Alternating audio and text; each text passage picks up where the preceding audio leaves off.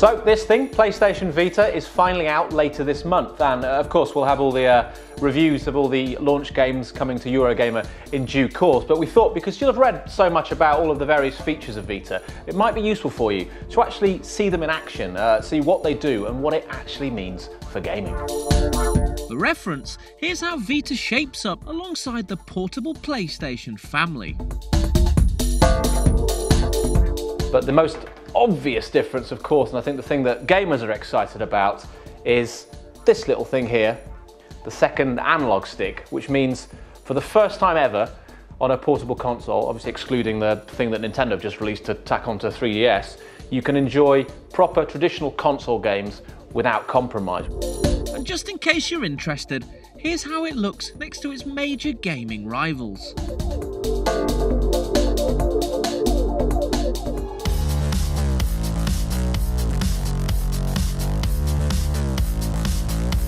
So if there's a killer app in the launch lineup for Vita, then it's probably Uncharted Golden Abyss.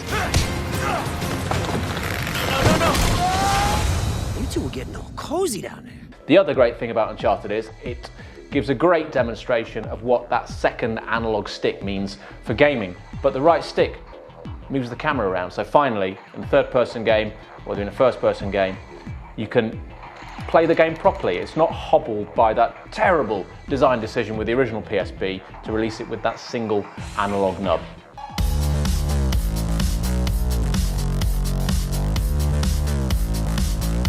So in terms of the touchscreen that the Vita has, it's what's known as capacitive as opposed to resistive. Now capacitive is what the iPhone or an iPad has, for instance, and it's very accurate for using your fingers. It's multi-touch. Resistive is what the 3DS uses and the DS uses, which means that they're very good when you use a stylus with them, but as you've probably found if you used it yourself, they're pretty rubbish when you actually try and press anything with your fingers. The thing with Vita, of course, is it's not just front touch. It has, if you flip it around, this entire section at the back of the machine is also touch sensitive. Escape Plan is one of the most stylish launch titles, making extensive use of front and rear touch. Here is where rear touch comes into play for the first time. So if I prod the bit that right back at the back, it knocks these things forward. So you can move the character along. So this one, as you can see, it's timed, so I have to stop my guy on the edge, push that forward and get him over just in time before it drags back and he plummets to his death. Another touch-heavy game is Little Deviants, designed effectively as a very slick tech demo of Vita's feature set. Is a simple one where you use the rear touch to deform the landscape. So wherever I put my finger under the back on the rear touch, as you can see, it just sticks it up and lets him roll around. And I'm trying to get that key there. So I roll up to the key and that opens that portal and you go there. Of course, the front and rear touch can also be used together. And here's an example of how that might work. It's not the most fantastically inspired example in the world, but it gives you an idea of what's possible, where you use the front and the back, you pinch the screen and you use it as a catapult. So I can, by holding both sides of the console, I can stretch the screen, stretch the ring and fire my Deviant around.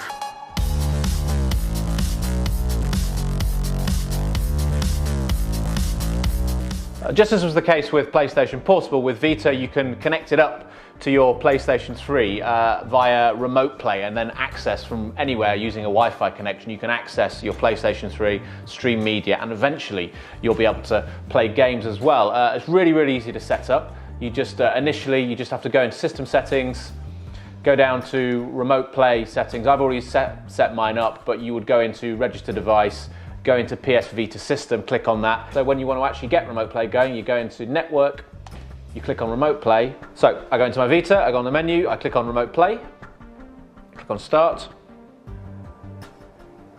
connect via internet, and there we are. The TV says remote play in progress, and there we go. On the Vita, I can now access my PlayStation 3 over Wi-Fi. Sony hasn't switched on remote play in Europe yet, but it should come soon via an update.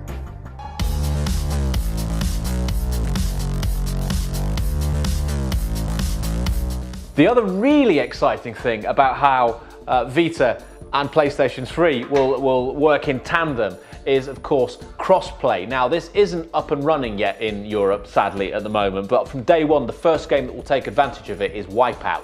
With Wipeout, Vita users can play in real time against PS3 gamers who own Wipeout HD. Meanwhile, in other games, you'll be able to play on PS3, pause, then carry on from where you left off on Vita.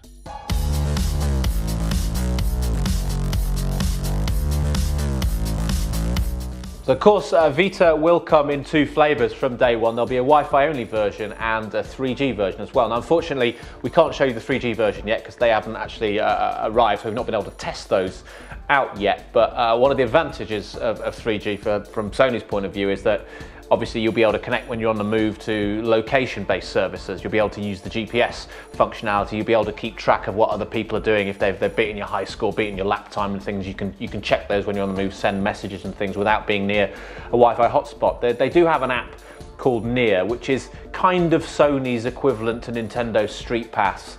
And here now it's bringing up everybody in my area within a sort of 6-7K radius that has their PlayStation Vita currently connected.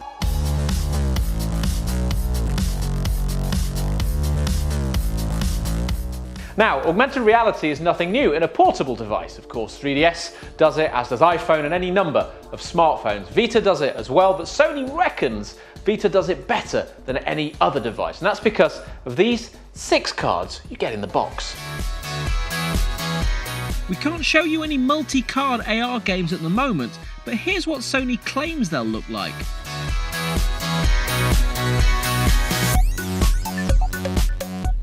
What we do have is the flagship AR game at launch, Reality Fighters, which lets you create characters using the cameras and scrap in the real world.